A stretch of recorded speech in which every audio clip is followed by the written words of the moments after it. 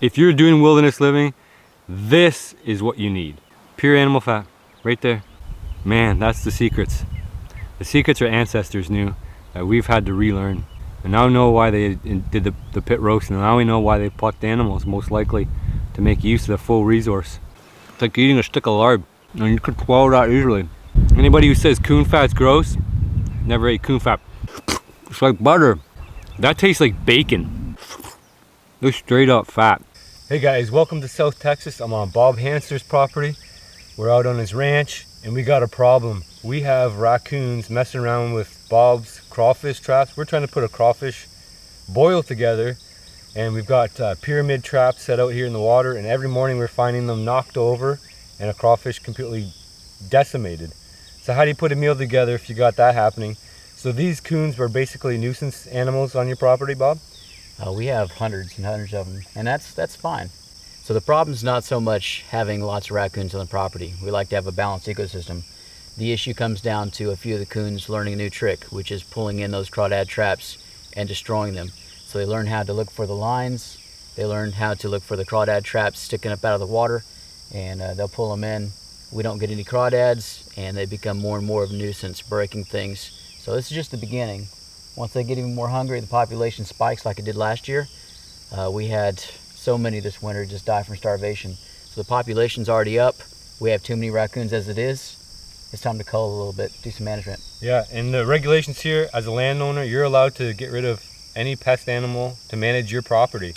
And that's exactly what we do. And I'm happy to get one off the property and eat them. We appreciate it, absolutely. Yeah. And the pyramid traps and then these G's traps we chunk out here, a raccoon can do a lot of damage real quick. So for bait, I like to use peanut butter. I'm a big fan of it. It keeps well, keeps its scent. So all we're gonna do, we've got a live trap here.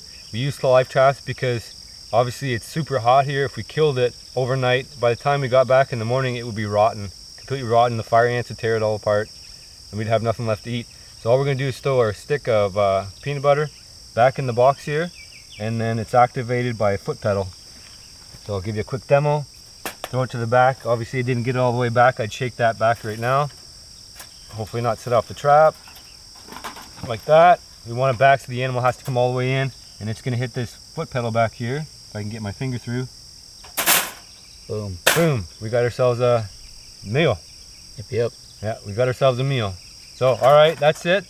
We're gonna come back, check in the morning, see if we're gonna do a pit roast or not. Hopefully so, man. And crawfish boil later on. All right, guys, man, we got ourselves a coon. Next morning, based on Bob's advice yesterday, we threw this trap down here in the creek bed. These coons have been messing around with our traps, or we got crawfish traps. We want to do a big giant boil. Talking to Bob about doing the pit roast. What do you think, buddy? Heck yeah, you're in the right spot for it, man. Yeah. Texas pit roast. Yeah, we tried to do one a couple years ago. We did a porcupine video. You guys really loved it. Problem is, we did it completely wrong. Undercooked it. You know, we made a lot of mistakes, but part of it's not having the right environment, right? Yeah, you got mesquite here, you got the right soil, and a bunch of flint rocks and petrified stuff. It's gonna make for a good roast. All right, man, let's go check out this coon. And we'll bring it up to next step, which is getting that fire going, and we're gonna cook them up.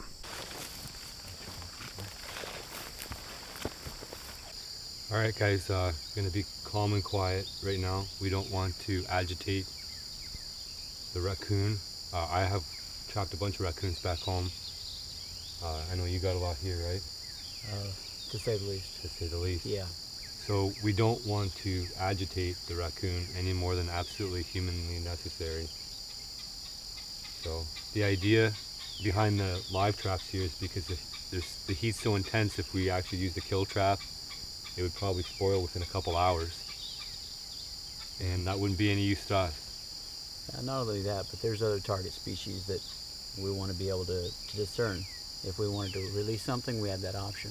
So if we catch something that maybe be threatened, endangered, or it's just not on the list to eat, we can always let it go and not have something die unnecessarily. Right. Meaning if we caught a skunk. Yeah. We could let it go. All right. How about we let's put this animal out, and we'll throw him in refrigeration just to make sure that we're not harassing the animal any more than absolutely necessary. And we can get on with the next little bit of legwork.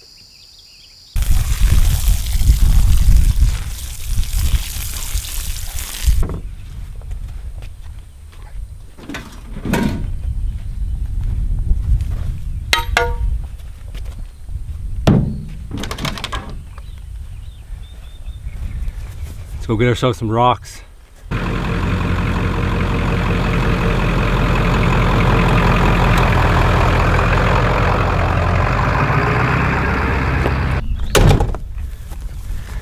All right, so we're at the rock site here, and Bob's telling me it's a historical flint spot. He said all the rocks up here are flint, and the issue with finding rocks is there's not too many rocks. It's all pretty much just straight up soil.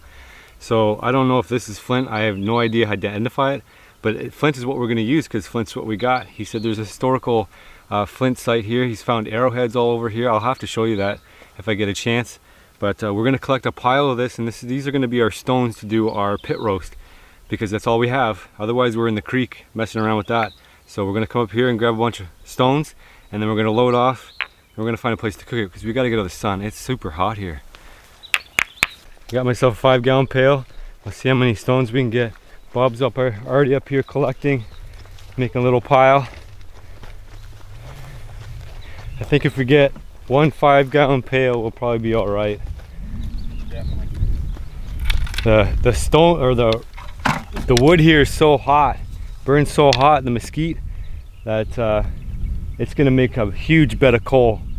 And the idea is we dig a pit, and then we drop that animal, wrap it up, drop it down in the pit, and leave it overnight. And then next morning you come back and you got yourself a nicely cooked meal. You got a collection of arrowheads you gotta show me, man. Oh yeah. I love to see them. A lot of time on the trail. Some beautiful artwork. Those guys back then, amazing.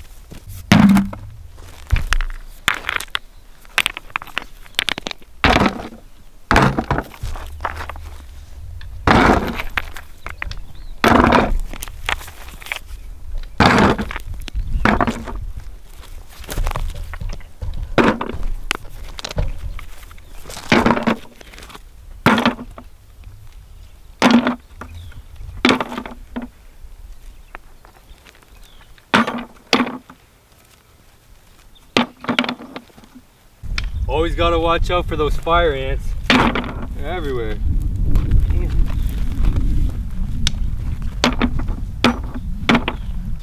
This plant looks like it might want to stab my heart out. Most things out here do. Most things want to stab your heart out, you're right. No idea, huh? Ouch. I think somebody's probably typing right now. That's what most folks would say is baby tequila. Baby? That's a century plant, an agave. That's what you make tequila out of, right there. Really? Yep. That sucker is about a quarter of the way grown, about 1.5 years old, and we're propagating out here several types of agave, century plant. They live for about 8-9 years and then shoot up a giant stalk and die. So in that time, they'll make dozens of pups all the way around, be full of sugar. You can actually, about year 6-7, cook them for about 24 hours in the ground. And that's a giant artichoke, probably 20 pounds worth of artichoke heart, and you just eat it up, hard carbs. So when it comes up in flower, will you take the seeds? Will you use the seeds? I propagate my seeds, but mostly, I'll have to show you a couple things. Guys, if you're wanting to plant these things and you find agave, you'll see them, people plant them all over the place. Check up underneath the leaves. You're gonna find a bunch of little pups. They propagate by pups. And so all you gotta do is just pull them out of the ground. Within this small area right here, I probably got about 120 pups from this last year. And then I spread them out. They take no care here. You just, you don't have to water them, fertilize them, anything. But it's a resource most people just pass up. Yeah. They see a spiky, nasty plant. But this, in a pinch, is one of the most important resources I could have out here on the property. 20 pounds of carbs on hand at any time. Plentiful. I don't have to manage it. That's what it's all about. Yeah, these spikes on here, they mean business, man. Everything out here has spikes. If you brush up against the bush, you better respect the bush. But the meaner the spikes, the more important calorie-wise that plant is for us as survivalists. Absolutely.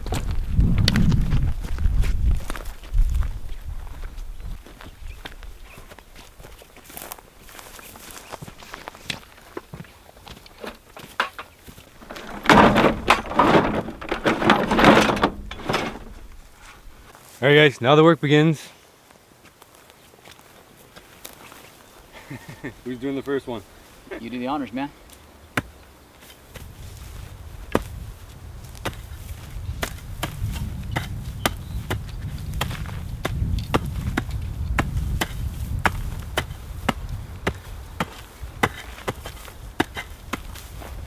This jug goes down once about every 2-3 hours. That's about it. Probably more today. Oh. All right, so this right here, we're digging these things up. I call this crow's poison every once in a while. Looks like a beautiful onion bulb, especially if you're in the middle of the wilderness living challenge. You might think that's a really good thing to eat. It's not. It's toxic. It tastes horrible. Again, if you're looking for onions, garlic, if it smells like garlic, onions. If it tastes like garlic, onions, it's onions. It's garlic. This does not. It's actually a rain lily bulb.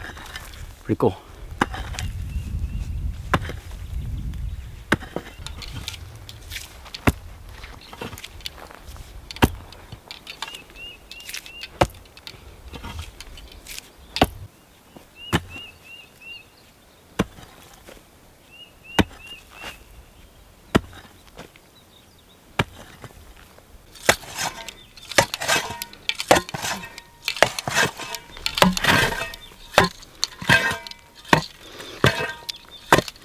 That's why we have pickaxes. That's why we have pickaxes.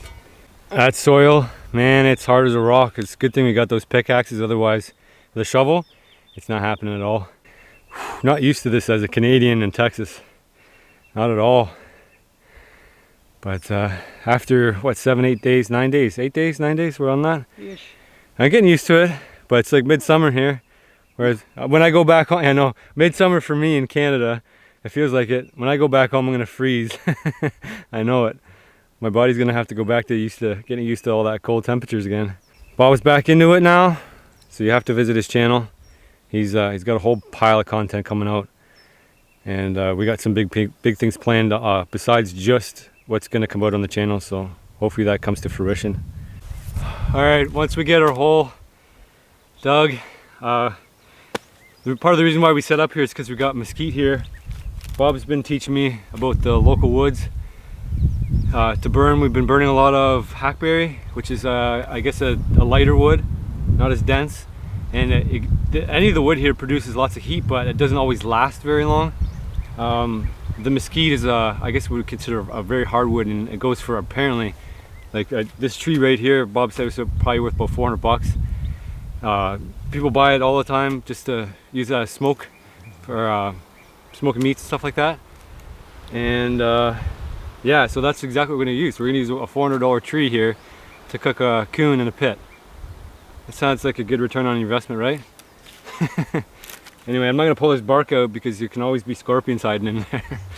I'm hesitating pulling that one off.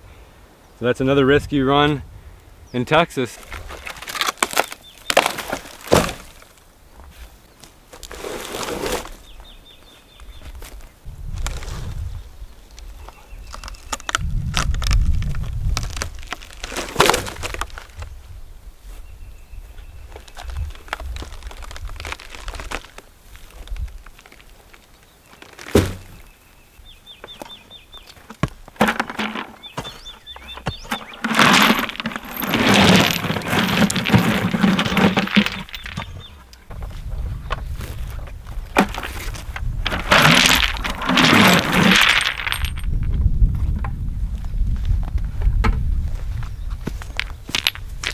That ought to do it, Bob. Oh yeah. That's a good pile.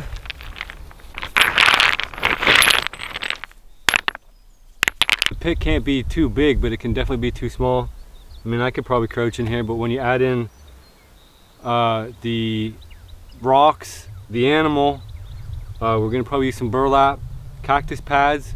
You're starting to get a big mound, and you have to have enough heat in there to cook what you're gonna put on top. And the raccoon itself is a fairly big animal. It'll reduce in size once you take the fur and the insides out, but still, if it's too small, we end up with undercooked raw animal that's out here in the heat, and that'll spoil really fast. So we're gonna get everything set up, and then we'll decide then and there if we need to make it a little bit bigger. But we have all our ingredients. Now we just have to wait a little bit longer till we get a little bit on in the day, so that it won't be cold by the time you want to eat it tomorrow morning.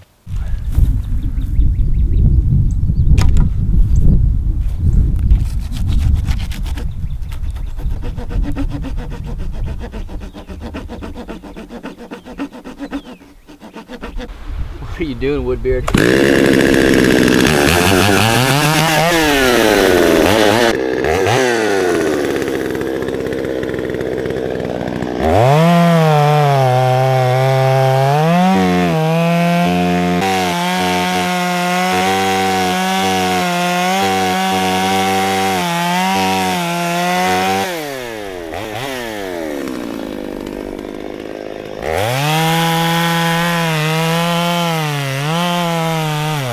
That's some hard wood. We'll get some nice coals out of that.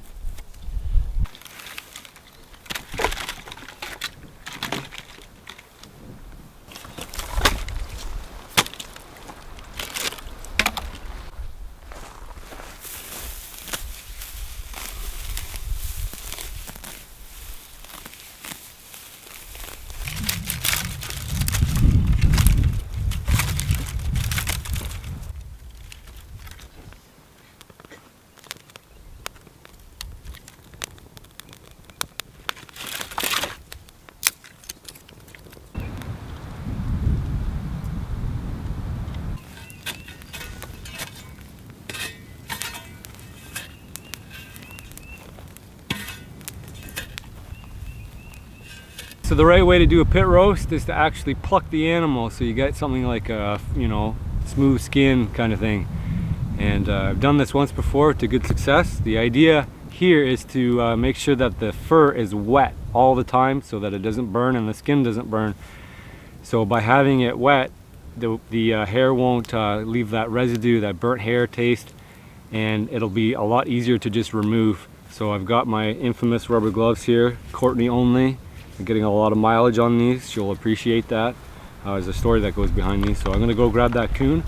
I'm gonna make sure it's got nice wet fur, and then I'm gonna throw it on the fire and progressively pull that fur off. So put it on, take it off, pluck, put it back on, and that heat and water will help remove all that fur. All right guys, I think I'm pretty satisfied with that job. It's by no means perfect, but we're not gonna be eating the skin anyway on this guy, I don't think, but it will help seal in that moisture with what we want, and provide that fat layer for flavor. So I'm just using a knife at this point. Toss it back on the fire, burn whatever's left, and we'll gut it and throw it in the pit. Be set to go.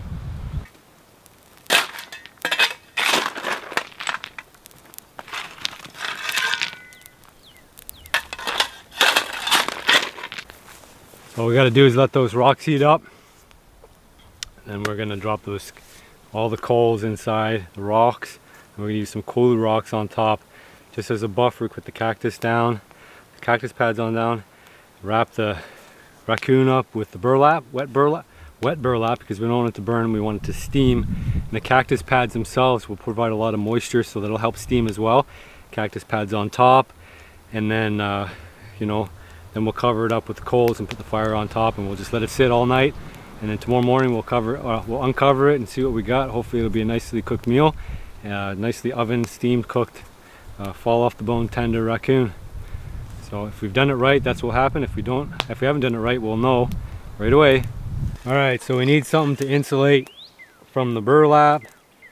We're obviously going to wrap the coon in the burlap, and then we're going to put some cactus pads on the coals, and that's going to help steam everything. And the burlap's going to help protect the raccoon. But we're also going to use burlap to catch the cactus pads because they're full of spikes. Glockids. Yeah. My favorite character. New vernacular. Yeah. Yeah, they're fun. So it's always interesting when you collect them. So I've got a shovel because you don't want to touch them at all. Even if you have gloves, right? They'll go through the gloves or wreck your gloves. Variety. There's several dozen different varieties of prickly pear, and this one's typically horrible. Yeah, no, I don't like them. They're not the worst thing in the world, but they're not the best thing. In fact, I got one in my thumb. It's permanent resident, so I got to get rid of that eventually. Something to remember Texas by. Yeah, I think it's coming home with me. Yeah. Hopefully I get through customs. Claim that one. Yeah. All right. Most of the time, guys, we use things like leaves, banana leaves, depending on where you are, to wrap things that you cook and pit. Texas, we got cactus. We use cactus. Let's go. Moisture's your friend as long as you can keep it warm.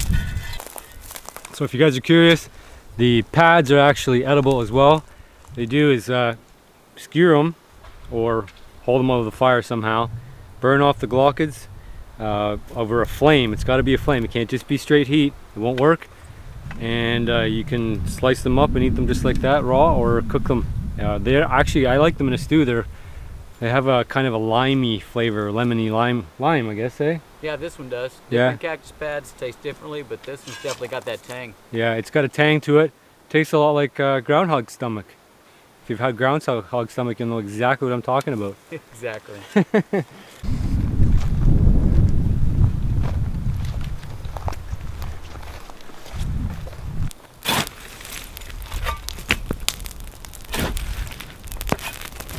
Ooh.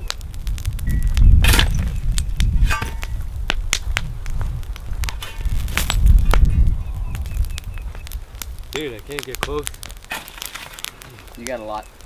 Hear that flint? Yeah. Whew.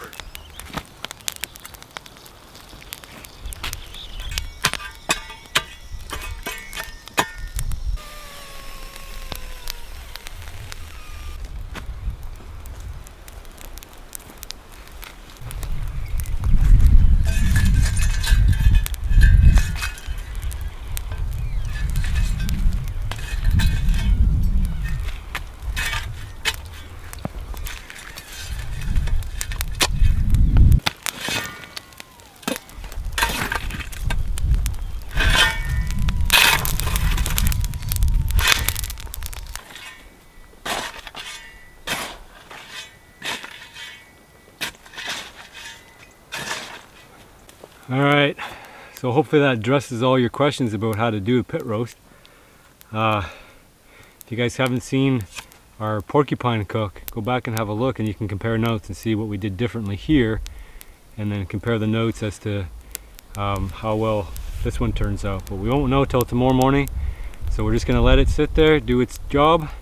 The heat's already all in there, the moisture's in there, we've covered it well, so I can't see why it wouldn't turn out. There's a tremendous amount of heat there.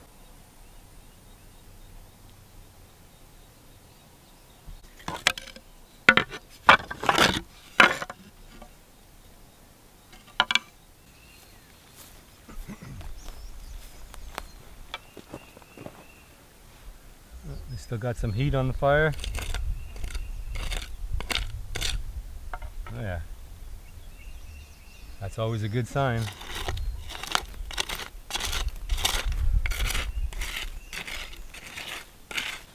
Hey guys, good morning. We went over, grabbed some rib bones from an old cow. Been decomposing for a long time. We'll use these as our traditional digging sticks. Digging implements, I suppose you should call them. The raccoon's been overnight and plus. So we got lots of heat there, which is the good thing. I can't see any reason why it wouldn't be cooked well done. But not overdone. Should be steamed with all those cactus pads in there. So all we gotta do is unearth it and see if we've done it right.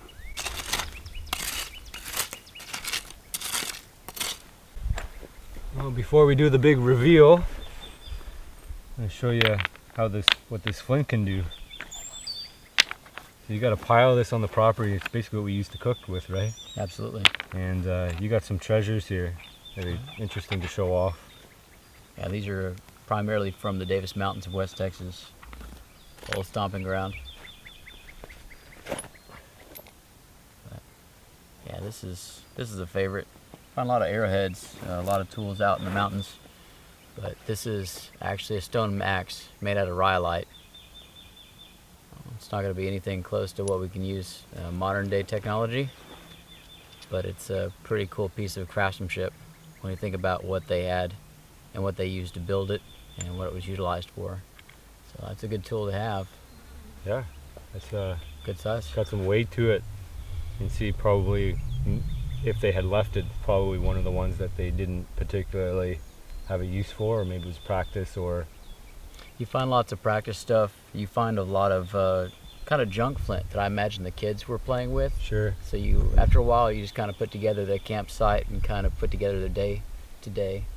And so you can see masters of art, just artwork. Some of these pieces of things are just absolutely beautiful, beyond anything I could ever hope to achieve. And then you got some very simple things that I imagine a kid. The kid was playing around, trying to learn the trade. That's the only way you can learn it. Yeah. There's another. Takes a lot of time. Yeah, little bifaces, scrapers, knives. They wear out. You can always re-edge them, but good piece of quality flint right there. You can feel the difference. Yeah, that's probably a tool that could have been used. Like I could picture that as a skinner. Yeah, an ulu type blade. Sure. And yeah, it'll make short work. And then you got a little arrowhead there. Yeah, find a lot of these guys. So that's your typical Texas size arrowhead. Now we do have some that are like atlatl size. They're called Clovis points, but the period that those were used is fairly short. You know, we had mammoth, mastodon, all that down here for a while, but the hunters were pretty quick about it, and they took them out pretty quick. So this is their usual point that you see on the arrows. So beautiful. And it's also really neat that you have the resource to make them right here on the property. And start fires. Yeah, infinite resource. You know, Bob was saying that I was concerned if we took all this, if there would be more, and he said basically it just keeps coming up. Yeah, if you run some kind of blade over the ground, it all looks nice and smooth because it's all eroded down. But if you put a rake through there, some tractor, pulls up all the big pieces, and all of a sudden you have a boulder field again.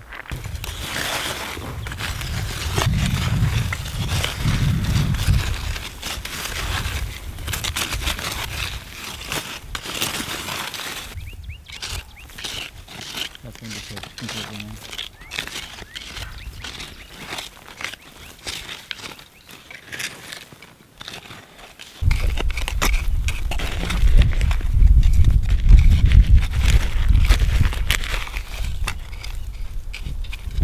All right, so Bob's down here in the pit, and we got gloves on, and that's a good sign. And it's not because it's dirty, it's because it's ridiculously hot still.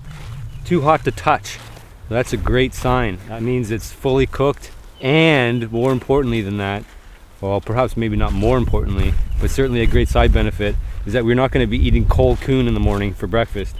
Nothing worse than cold coon. I'd say. All right, let's exhume the body. I'm hungry.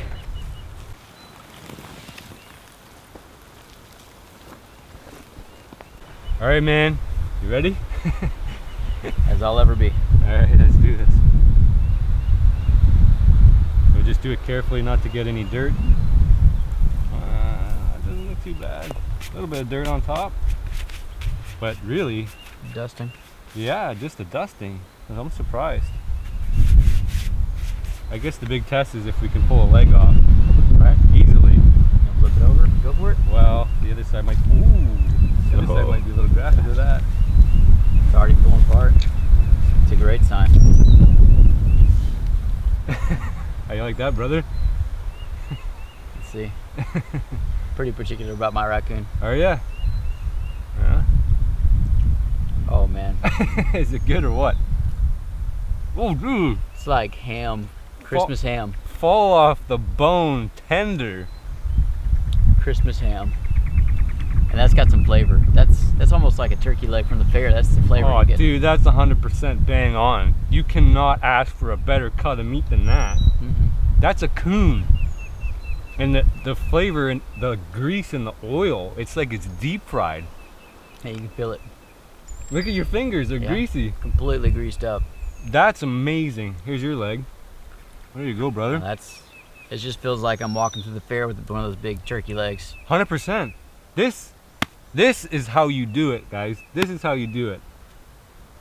That's awesome. I'm floored. I'm glad we did it that way, man. I'm so floored.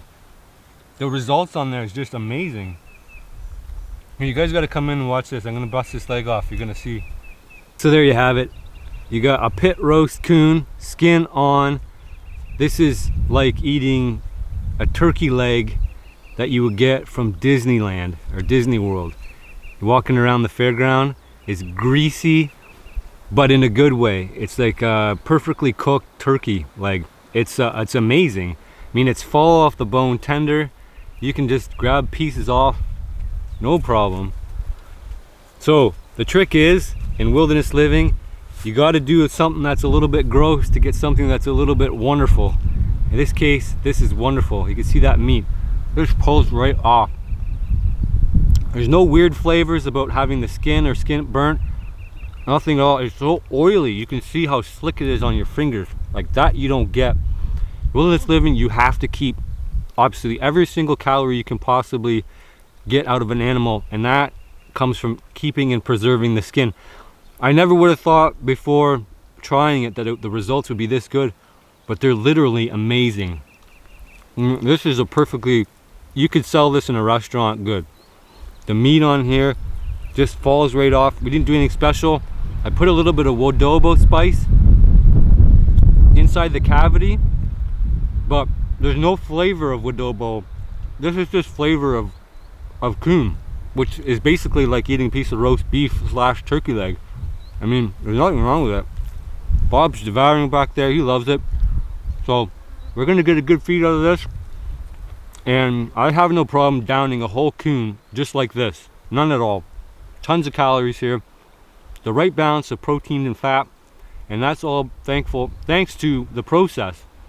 Pit roast, we did properly. There's no glockage, nothing in the meat. There was hardly any dirt. The skin insulated the dirt, or insulated the animal and the meat from the dirt. Just a little bit of brush off. I might add an extra burlap over top, just an extra protection. But this was 100% spot on. No mistakes done. So guys, I hope you enjoyed this little experiment. I'm sure glad Bob helped me out because it was a ton of work. But now that we have this pit here, we can reuse it easily. So guys, if you want to subscribe or not, I don't really care. But leave me a comment. Let me know what you think. Pit roast coon. Fall off the bone tender. He devours that like an animal. Alright guys, see you later. Look at that meat. Beautiful. Till next time. Guys, if you haven't subscribed to Bob Hamster, check him out. Give him a sub. He deserves it. We're in this together. Cheers. Look at this. Look at the fat on here. I gotta show you how it's crazy. The amount of energy you can get off of this. It's straight up fat. It's like butter. And you could swallow that easily. It's like eating a stick of lard. Nothing wrong with it. Anybody who says coon fat's gross, never ate coon fat. In fact, that tastes like bacon. That's wonderful. Look at that. You could get, man, I'm going on with this, but if you're doing wilderness living, this is what you need. This technique is 100% worth it once you got your pit. So pure fat, pure animal fat, right there. Man, that's the secrets. The secrets our ancestors knew that we've had to relearn. And now we know why they did the pit roast, and now we know why they plucked animals, most likely to make use of the full resource. Pretty cool stuff. Alright guys, so look at that fat. It's ridiculously amazing. I mean, you could probably, if you ate this animal, probably get about 2,500, 1,500 calories minimum. I mean, that's pure fat off the back. I think if, you convert that just to butter, you can see it's just a huge amount of calories that you definitely 100% need in wilderness living. The flavor is fine. There's absolutely nothing wrong with the flavor in there. And you can see it's all tender, it's all edible, and it's most importantly, it's not a kind of meat that you cannot eat because it's so dry and flavorless. So pit roasting this animal has produced a huge amount of calories by keeping the skin on and sealing in that fat so that it doesn't disappear.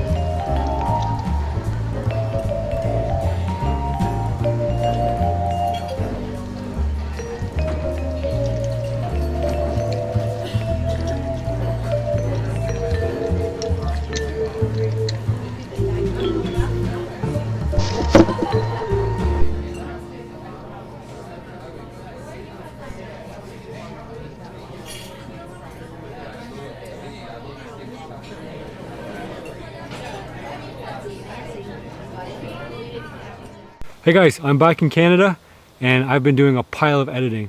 I want to keep this video series rolling. So what I'm going to do is I'm going to release a video every Tuesday and every Friday. This is going to be going on for about 2.5 months. I have 19 episodes in total. So what I'm going to ask you to do is support the channel. What I want you to do, if you can, is please watch the video entirely from the beginning right to the end. YouTube is tracking all sorts of data in their algorithm, and what they want to see is a high watch time or retention time. So if you guys can do that and you like the series and you want me to continue doing that, that's one small way you guys can help. Leave lots of comments down on the bottom, not just one but a bunch of them. That helps. Of course, hitting the like button is super easy, you can do that too, and sharing it. If everybody shared it to 5 people, it would get big really fast. And lastly, if you want to support it monetarily, you can buy a t-shirt. I'm hoping to get some more t-shirts up. If the t-shirts are available, I'll provide a link. If not, you can always offer a PayPal donation that will come directly through me. To me, you can also hit the sponsorship button. It's a new feature that YouTube has added. You click sponsor and it's a monthly subscription. So I think it's $5.95 or something like that.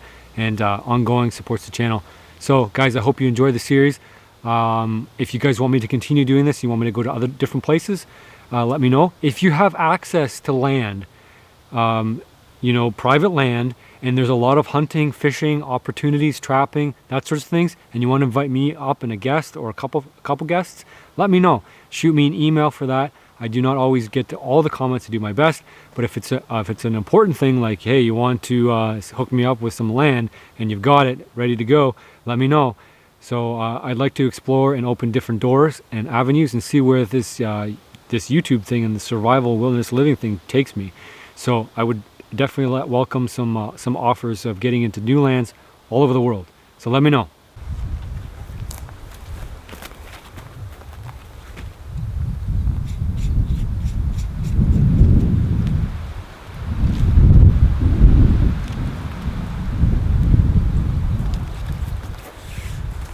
You guys ever plan on doing this? Allocate at least an hour just for plucking. It is a very, very extensive and tedious process. If you have a couple people, you will be all the better. I do recommend stealing your gloves from your wife. Don't tell her till you get back. She'll appreciate the meal you provide for her, I'm sure.